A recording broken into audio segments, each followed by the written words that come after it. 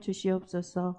우리를 사랑하시고 구원하여 주신 예수 그리스도의 이름으로 감사드리며 기도드리옵나이다. 아멘.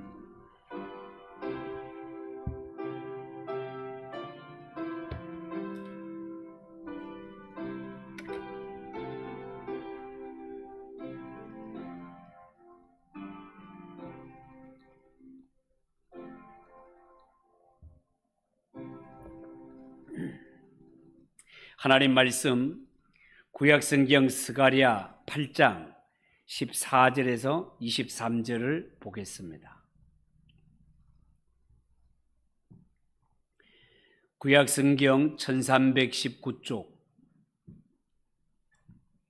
스가랴 8장 14절에서 23절을 한 절씩 교독합니다.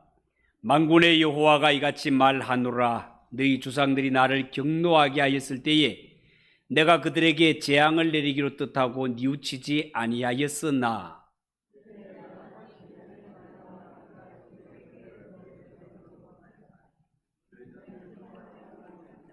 너희가 행할 일은 이러하니라. 너희는 이웃과 더불어 진리를 말하며 너희 성문에서 진실하고 화평한 재판을 베풀고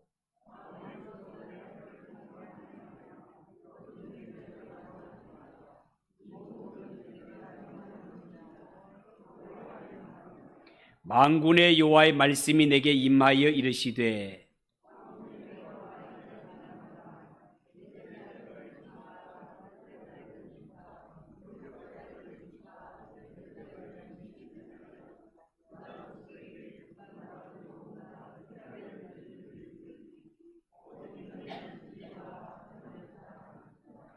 만군의 여호와가 이와 같이 말하노라. 다시 여러 백성과 많은 성읍의 주민이 올 것이라.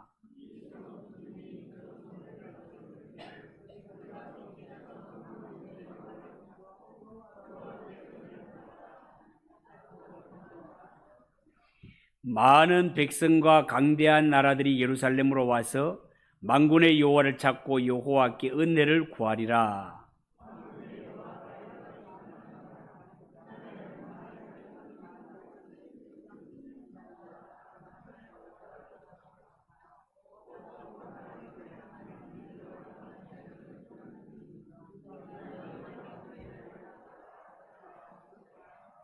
아멘. 아멘. 우리 한번 기도하겠습니다. 하나님 아버지, 사교구의 찬양을 받아주시니 감사합니다.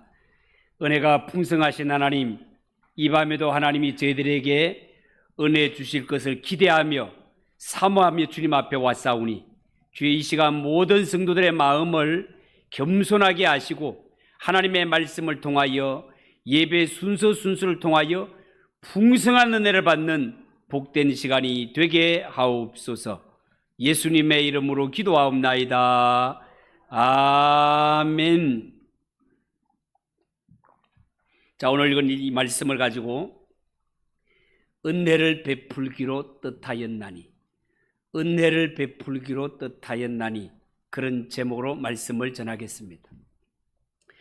여러분, 사람들이 세상을 살아가는 모습을 보면 사람들 중에는요, 현재 지향적인 인간형이 있는가 하면 또한 과거를 지향하며 사는 인간형도 있습니다. 그런데 예수 믿는 성도들은 그 누구보다가도 할 수 있으면 현재 지향적이어야 합니다.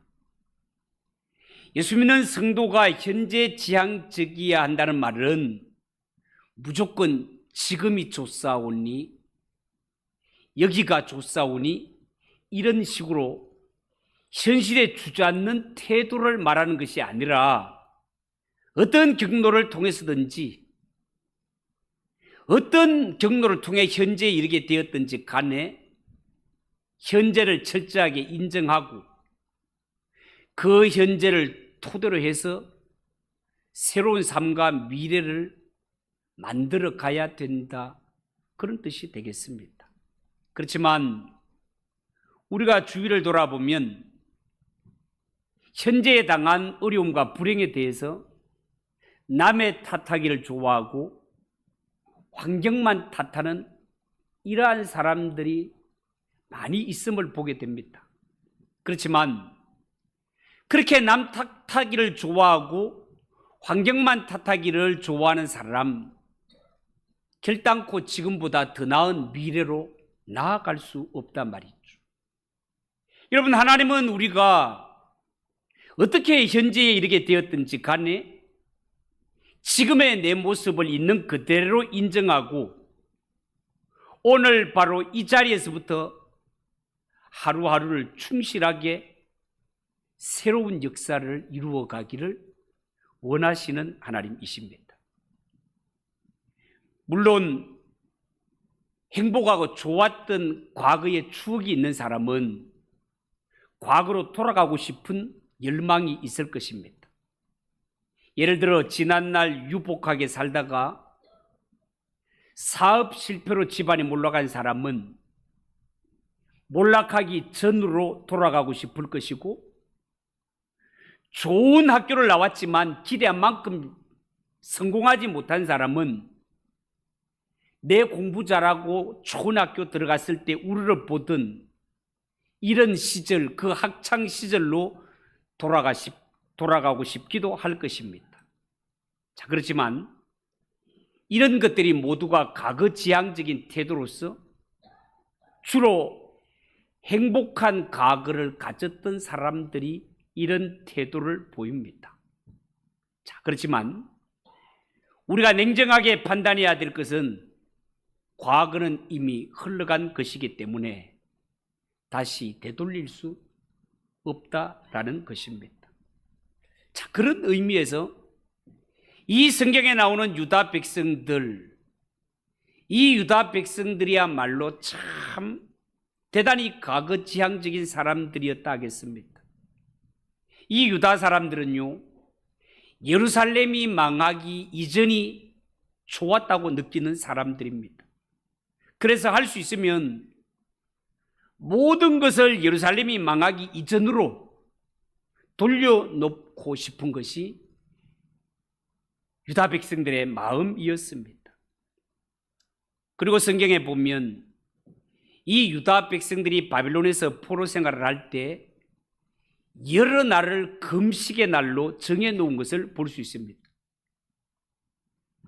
이 유대인들이 바빌론에서 포로 생활하면서 금식일로 정해놓았던 이 모든 날은 전부 따지고 보면 그날이 예루살렘 성이 적들에게 포위되었던 날, 그리고 예루살렘이 함락되었던 날, 모두가 그런 날과 연결되어 있습니다. 그들이 이렇게 금식일을 정해놓은 것은 우리가 비참한 역사를 잊지 말고 이를 악물고서라도 국력을 모아서 기필코 우리나라를 회복하자라는 그런 뜻이 담겨 있겠지요. 자, 그런데 하나님께서는 유대인들을 향하여서 너희들은 그런 금식일은 말끔히 다 버리라는 것입니다.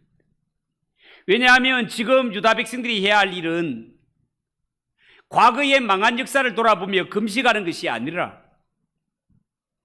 예루살렘의 멸망과 바빌론의 포로가 된 현실, 이 눈앞에 폐허가 되어 있는 현실, 이 현실을 있는 그대로 목도하고 인정하고 지금부터라도 하나님의 말씀을 잘 순종하는 삶을 살아라. 하나님은 그렇게 요구하고 있습니다.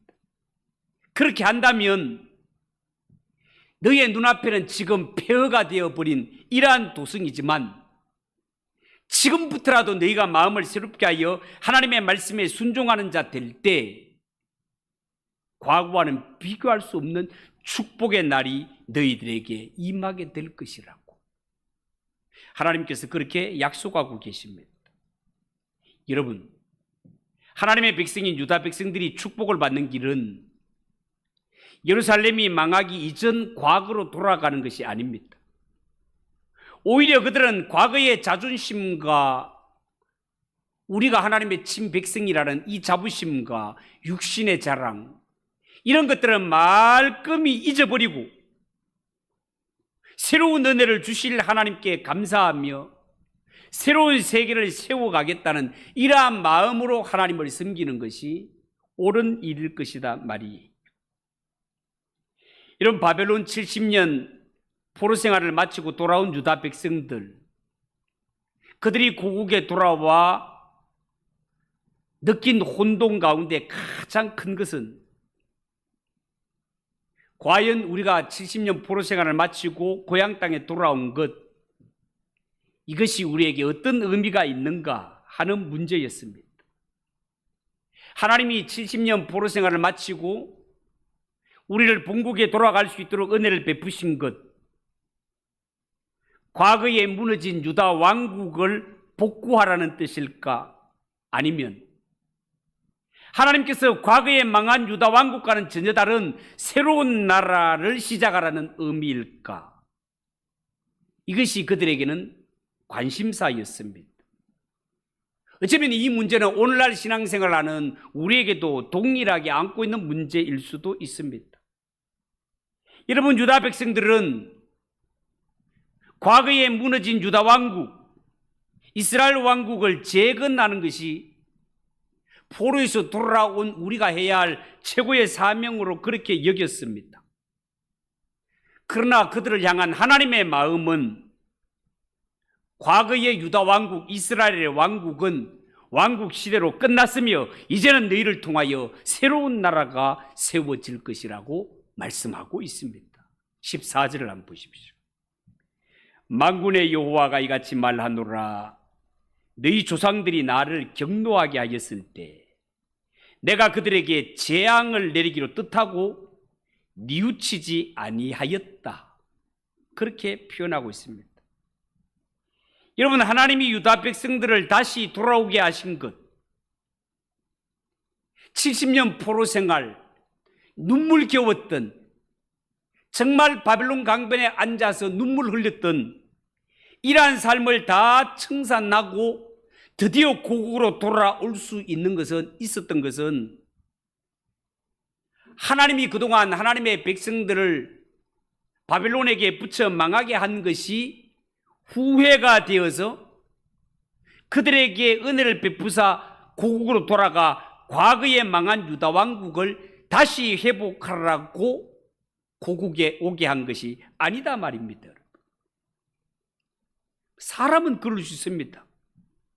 처음에는 원리 원칙 따져서 엄하게 대했다가도 나중에 시간이 지나면 마음도 누그라지고, 이스라엘 백성들을 볼 때 70년 동안 종살이 시킨 것을 인간적으로 보면 미안한 마음도 들고 그런 것도 있으니까 약간의 실수는 그냥 눈 감아주고 좋은 게 좋다고 넘어갈 수도 있는 그러한 쪽으로 생각할 수도 있겠습니다.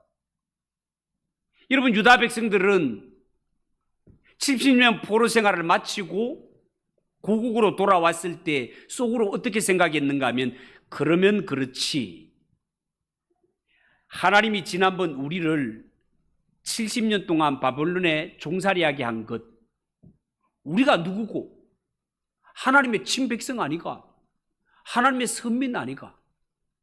하나님의 선민인 우리를 저 원수의 국가에 70년 동안 종살이 시킨 것, 이제 하나님이 70년을 마치고 고국으로 돌아오게 한 것을 볼 때 아마 하나님께서는 속으로, 아이고 내가 내 백성에게 너무 심했지, 그래서 하나님께서 이제는 노여움도 진정이 되었으니까 하나님이 우리를 돌려보내심으로 말미암아 과거에 화려했던 왕국을 회복시켜 주겠지. 유다 백성들 가운데는 그렇게 생각을 했다는 거예요. 그러나 실제로 하나님의 마음은 어떤가?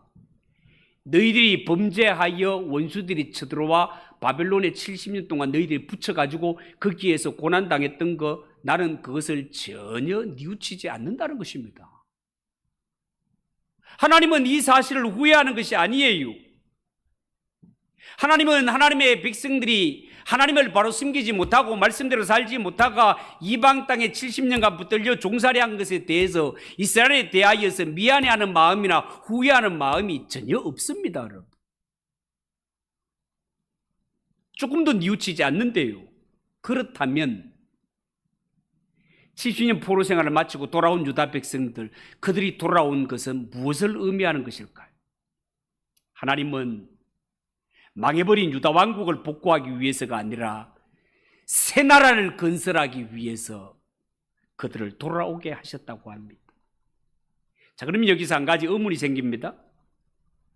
새 시대를 열고 새 나라를 세울 작정이라면 장소도 완전히 다른 새 곳을 택해서 할 것이지, 왜 하나님은 새 나라를 건설한다고 하시면서 왜 굳이 불타버리고 왜 굳이 망해버린 이 예루살렘, 이 폐허 쓰레기뜸 위에서 왜 이 일을 시작하려고 하는 것일까?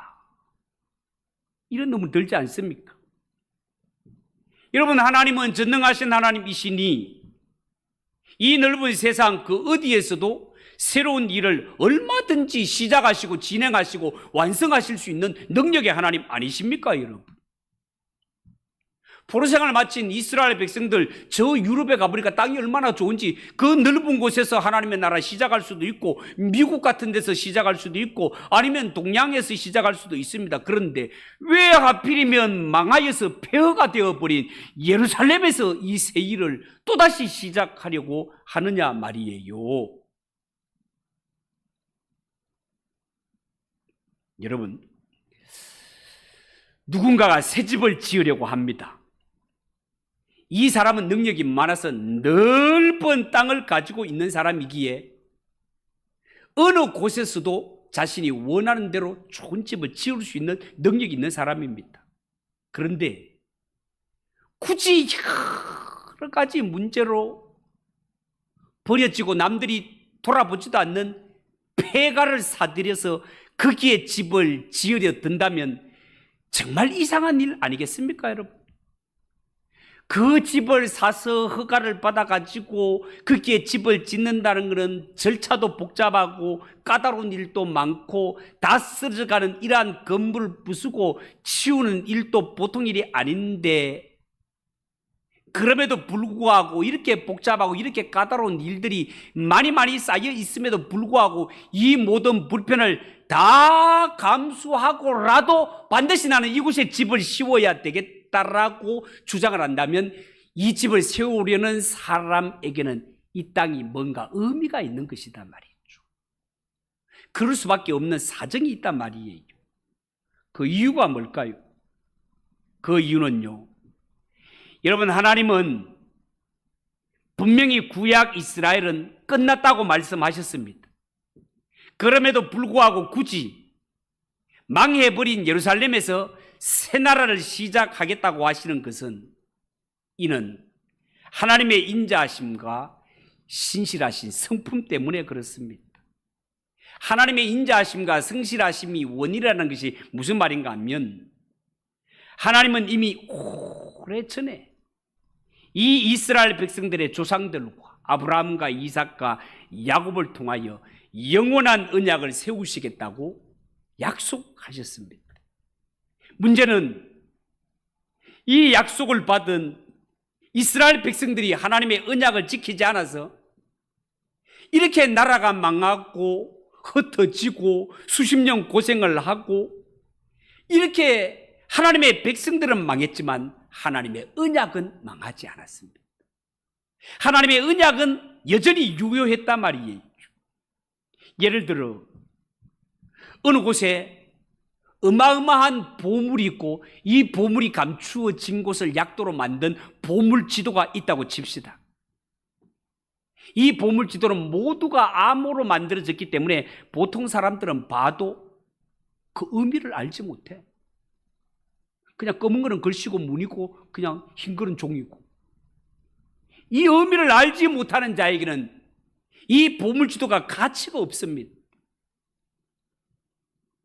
이 보물지도가 사람들이 알아보지 못한다고 해서 가치 없는 것이 아니라 사람들이 몰라봐서 그렇지, 이 보물지도대로 찾아가기만 하면 거기엔 어마어마한 보물선이 숨겨져 있단 말이에요. 오랜 세월이 지나서 이 보물지도의 가치를 알아보는 사람이 한 사람 나타나기만 하면 이 보물은 얼마든지 찾아낼 수 있는 것입니다. 그런 의미에서 하나님의 약속인 이 성경 말씀은 마치 우리를 어마어마한 세계로 인도하는 보물 지도와 같다 하겠습니다. 그 가치를 알아보지 못하는 자라면 아무리 자기 입으로 우리는 하나님의 친백성, 하나님의 친백성, 선민들이라 침을 튀기며 이 이야기를 하더라도 이 보물지도의 가치를 알지 못하고 풀어내지를 못한다면 하나님의 백성조차도 이 보물과는 상관없는 자가 되어버립니다. 그러나 이방인이라 하더라도 이 보물지도의 가치를 알고 이 암호를 풀고 알아볼 수 있는 자가 나타나게 되면 이방인이라 하더라도 이 보물을 내 것으로 누릴 수가 있게 된단 말이에요. 여러분, 하나님의 말씀이 성경을 볼 때 얼핏 보면 구약과 신약이 완전히 별개의 세계인 것처럼 그렇게 보입니다만은, 그러나 우리가 성경을 조금만 관심을 갖고 보면 구약과 신약이 동일한 하나님에 대해서 말씀하고 있고 동일한 믿음에 대해서 요구하고 있습니다. 하나님께서 이렇게 파괴되어 거대한 쓰레기더미로 변한 이 예루살렘에서 굳이 새 일을 시작하고자 하는 것은 구약의 언약과 신약의 언약 안에 들어있는 기본 원리가 동일하기 때문이고 하나님이 주시기로 약속한 언약과 축복이 동일한 것이기 때문에 그렇습니다. 여러분, 성경을 자세히 보십시오. 하나님이 한 번 세우신 언약, 하나님이 한 번 세우신 약속은 절대로 중간에 사라지거나 무효가 되는 법이 없습니다. 만약에 하나님의 백성들이 능력이 되지 않아서 세상을 더 사랑해서 하나님의 언약을 지키지 않을 때 하나님은 그들에게 선지자를 보내시고 기회를 주시고 심지어 회초리로 때리면서까지 그들이 돌이켜 하나님의 언약 안으로 돌아오기를 기다리시는 하나님이십니다. 이렇게 하나님이 선지자를 보내시며 그들을 돌이키고 말씀을 주시고 때로는 회초리를 때려서라도 그들을 기다리지만 끝까지 고집을 부리며 하나님께로 돌아오지 않을 때 하나님은 그 언약을 이방인들에게 돌리서라도 이 언약을 살리시지 하나님이 한 번 하신 약속과 언약을 내버리는 법이 없다, 그 말입니다. 만약에 하나님이 우리에게 어떤 약속을 하셨는데 우리가 그 약속을 지키지 않는다고 해서 하나님이 그 언약을 파기시켜버리고 다 버린다면 우리는 하나님 앞에 살아남을 자가 한 사람도 없습니다. 하나님이 은혜를 거두어 버리신다면 하나님 앞에 의젓하게 서 있을 자가 한 사람도 없습니다. 왜냐하면 성경은 모든 사람이 죄를 범하였으며 하나님의 영광에 이를 자 없다고 했기 때문에 그렇습니다. 여러분, 죄인들은 하나님을 알지 못합니다. 하나님을 알지 못하니 하나님이 우리에게 주시고자 하는 은혜조차도 알지 못합니다. 그러니까 신약 성경에 오면 하나님을 알지 못하는 자를 가리켜서 소경과 같다라고 표현을 하는 것입니다. 소경이 어떤 존재입니까? 분명히 눈은 갖고 있지만 보지를 못하는 것입니다. 하나님의 형상대로 지음을 받았다고 하는 자들이 죄 때문에 죄인이 됨으로 말미암아 마치 눈을 가졌지만 볼 수 없는 소경처럼 하나님의 형상대로 지음받았지만 하나님을 도무지 알지 못하는 이런 지경에 떨어져 버렸다 말이죠. 그러니까 사실 하나님이 죄인들에게 은혜를 베푸실 때, 하나님이 은혜를 베푸실 때 처음부터 아멘하고 받아들이는 사람이 한 사람도 없습니다. 왜요? 다 소경이기 때문에. 모두가 이런 핑계 저런 핑계를 대면서 하나님의 은혜와 사랑을 거절하고 다 제갈 길로 가버린단 말이죠. 그 부자가 아들의 잔치를 벌여놓고 초청을 했을 때 나는 시집가고 장가가기 때문에 안 됩니다. 나는 밭을 샀기 때문에 안 됩니다. 나는 소를 사가지고 오늘 훈련을 해봐야 되기 때문에 안 됩니다. 이래서 안 되고 저래서 안 되고 이래서도 안 되고 저래서 안 되고 모두가 다 제갈 길로 가버리는 것이 죄인들의 모습이다 말이에요. 하나님이 한 번 더 기회를 주시지 아니하고 한 번 더 참아 주시지 아니하시고 하나님이 우리에게 기다려 주시지 않으면 제 힘으로 하나님께 갈 수 있는 자가 아무도 없다 그 말이에요. 오늘 이 자리에 앉아 있는 우리도 우리 스스로 하나님을 알고 하나님을 기쁘게 한 자들이 누가 있습니까? 우리를 향하여서 하나님께서 날마다 기다려주시고 한 번 더 참아주시고 선지자를 보내주시고 때로는 회초리를 들어서 때리시는 이러한 하나님의 설득과 하나님의 사랑과 하나님의 놀라우신 인내가 있었기 때문에 오늘 우리가 하나님 앞에 의젓이 서 있고 예배를 드릴 수 있는 것 아니겠습니까? 여러분 14절에 보면 이런 말씀이 있어요. 만군의 여호와가 이같이 말하노라. 너희 조상들이 나를 경노하게 하였을 때 내가 그들에게 재앙을 내기로 뜻하고 뉘우치지 아니하였다. 그렇게 말했습니다. 하나님은 유다 백성들이 70년 동안 나라가 망하여 포로 생활한 것, 이 일은 하나님이 기획하셨고 하나님이 이루셨지만 이 일을 절대로 뉘우치지 않는다는 거예요. 왜냐하면 이 유다 백성들, 하나님의 백성들은 하나님이 싫다고 하나님이 주신 언약을 지손으로 다 깨뜨려버리고 지발로 다 차버렸지만 그들이 발로 차버리고 하나님을 떠났다고 해서 하나님의 이 구원 계획이 깨어지는 것이 아니라 하나님은 더 큰 일을 준비하고 계셨기 때문에 그렇습니다. 여러분 정말 그렇습니다. 하나님의 백성들이 범죄했다고 해서 그들을 향한 하나님의 구원 계획이 취소되는 것이 아닙니다. 하나님의 백성들이 하나님이 싫다, 언약이 싫다, 하나님의 품을 떠나 죄를 지었지만 그들을 향한 하나님의 계획은 더 큰 은혜로 그들을 구원하겠다는 것이 죄인을 향한 하나님의 구원 계획이었습니다. 하나님은 유다 백성들이 실패한 그 자리에서 다시 이 일을 시작하시되 구원에 관한 일을 시작하시겠다라는 것입니다. 여러분 그렇습니다. 구원에 관한 하나님의 나라에 관한 일에 대해서 인간은 하루에 12번 이상씩 넘어지고 실패해도 우리를 구원하시겠다고 작정하신 하나님의 구원 계획은 절대로 변함이 없으십니다. 실패가 없으십니다. 하나님은 독생자 예수 그리스도를 십자가의 대속물로 내어주시면서까지 우리를 구원하신다고 한번 마음먹었다 하면 반드시 이루시고야 마시는 집념의 하나님이시기 때문에 그렇습니다. 그렇다면 정말 우리가 하나님 앞에 깨달아야 될 것이 뭡니까? 정말로 깨달아야 되는 것은 하나님께서 우리를 이 포로 생활에서 돌려 본국으로 돌아가게 하시는 것은 과거에 망해버린 유다 왕국을 재건하려고 하시는 것이 아니고 완전히 새로운 나라를 세우기 위해 우리를 고국 땅에 보내시는구나.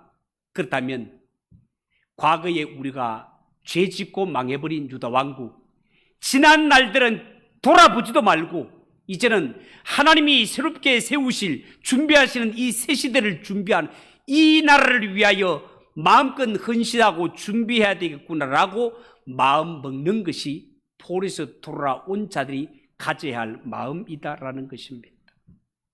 사랑하는 성도 여러분, 하나님께서 굳이 이 망해버린 예루살렘에서 구원의 일을 시작하려고 하는 것은 인간에게 무슨 자격이 있어서 이 땅에서 다시 구원의 일을 시작하는 것 아닙니다. 인간이 저지른 일들을 생각하면 하나님께서 죄인들을 향한 구원의 계획을 싸그리 그냥 취소해 버려도 할 말이 없습니다. 왜요? 하나님은 끊임없이 기도에 끊임없이 긍휼을 베푸시고 끊임없이 선지자를 보내시고 하나님의 말씀을 전하시고 안 되면 회초리를 들어 쳤지만 피가 철철 나도 돌아서지 않는 것이 이 죄인들의 모습이기 때문에 선지서에 보면 이제는 하도 두드려 맞았고 머리끝부터 발끝까지 성한 데가 없는데도 불구하고도 하나님 앞에 말 듣지 않고 돌아오지 않는 이것이 죄인들의 모습이단 말이죠. 이것을 칼빈은 인간의 전적 타락이라고 하는 것입니다. 허물과 죄로 죽었던 터이 죽었다는 말은 송장이 되었단 말입니다. 구원에 가난한 우리는 다 송장 같은 자들, 아무것도 구원을 위해서 할 수 있는 능력이 아무것도 없는 자들이 송장 같은 우리였습니다. 이러한 우리를 구원하시기 위해 하나님께서는 독생자 예수를 보내주심으로 말미암아 예수님이 죽음의 권세를 이기고 다시 사심으로 말미암아 허물과 죄로 죽었던 우리를 먼저 살려놓으셨다는 사실을 믿으시기 바랍니다. 그래서 성경은 죄가 더한 곳에 은혜가 더욱 넘쳤다라고 사도 바울은 그렇게 표현하고 있는 것입니다. 여러분, 우리가 가끔 영화에 보면 타임머신을 타고 과거로 돌아가서 현재를 바꾸는 이런 줄거리의 영화가 많이 나오는 것을 볼 수 있습니다. 어쩌면 죄인된 우리들도 과거로 돌아가서 현재를 바꿀 수 있다면 그렇게 했으면 좋겠다라는 그러한 생각이 문득문득 들 때가 있지 않습니까? 그러나 냉정하게 생각해 보면 지나간 과거는 이미 지나갔기 때문에 그것으로 끝난 것입니다. 진짜 중요한 것은 지금 이 자리에서부터 하나님이 왜 유다 백성을 70년 포로를 마치고 이 무너진 이곳에 다시 돌아오게 했던가? 왜 하나님은 2024년 오늘 이 자리에 우리를 있게 하시는가? 하나님께서는 이 자리에서부터 우리로 하여금 새 나라를 시작하고 싶은 것이 유다 백성을 향한 하나님의 뜻이라는 사실을 여러분 꼭 기억하시고, 지난 날의 나는 무엇이었는데 이런 것들은 다 내려놓고 가장 중요한 것은 지금 하나님의 말씀에 순종하고 지금 하나님의 손에 붙잡혀 하나님이 계획하시는 그 하나님의 나라와 구원 계획에 초청받아 여기에 함께 동참하여 달려가는 것이 가장 중요한 일이라는 사실을 명심하고 이 순간 하나님의 손에 붙잡혀 하나님이 계획하시는 이 구원의 일에 능력 있게 쓰임받는 저와 여러분 꼭 되시기를 예수님의 이름으로 축복합니다. 기도하겠습니다. 하나님 아버지, 은혜를 감사합니다. 이스라엘 백성들 70년 포로 생활 마치고 돌아온 것 망한 유다 왕국의 재현이 아니라 하나님께서는 새로운 하나님의 나라를 건설하기 위해 이들에게 긍휼과 은혜를 베푸셨습니다. 하나님 아버지, 우리가 이렇게 하나님의 자녀가 되고 하나님을 아빠 아버지라 부를 수 있는 이 하나님 아버지 은혜가 우리에게 있는 것, 오늘 하나님 우리가 있는 것은 하나님의 뜻이 있다는 사실을 분명히 깨닫고 기도하며 하나님의 뜻을 분별하여 지금 이 시간부터 하나님의 장중에 붙들려 하나님의 그 구원 계획에 동참하여 쓰임받는 우리 성도들 되게 하옵소서. 예수님의 이름으로 기도하옵나이다. 아멘. 309장 찬송하겠습니다.